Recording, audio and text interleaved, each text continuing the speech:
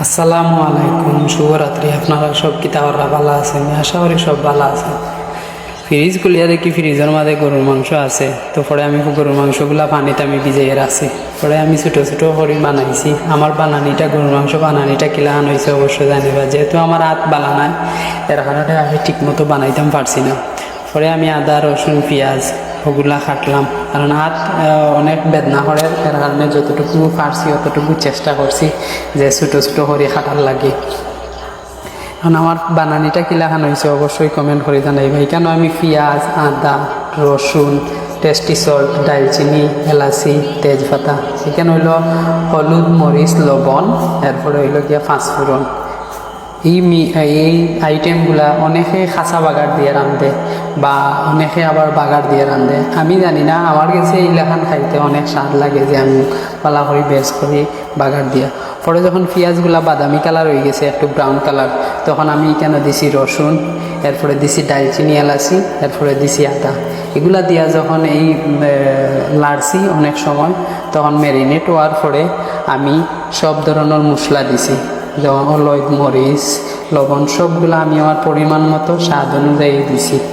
পরে আমি কাঁচামরিচ লাস্টে অ্যাড করছি। তো আপনারা কাছে এই বিষয়টা মানে যে জেলাখান খায় অবশ্য আমি জানি না আর গেছে কিলাখান। তো আমার কাছে কিন্তু ইলাখান বাগার দিয়া গরুর মাংস রান্ধিতে খুব স্বাদ লাগে। আবার সেও একলগে সপ্তাহ দিয়া মাখিয়া বয় দেয়, ওলাহানও স্বাদ হয়। তো আমি প্রায় সময় যখন গরুর মাংস রান্ধি আমি ওলাহান রান্ধি। তো অবশ্যই আমার তরকারির কালারটা দেখে অবশ্য বুঝতে পারা যায় আপনারা গেছে কিলাখান লাগে, অনেক লবণীয়।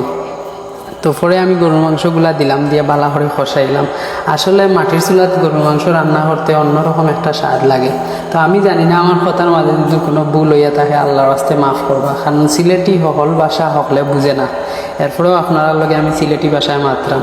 তো আসলে মাটির চুলাত গরুর মাংস রান্না করিয়া খাইতে অনেক স্বাদ লাগে। যেহেতু আমার বড় গ্যাস শেষ হয়ে গেছে, এখন আম্মু আইছে না, আর আমিও আনার চেষ্টা করলাম না, কারণ আমার আরাম মানে আমার আম্মার আরামের লাগে আমি গ্যাস ব্যবহার করি।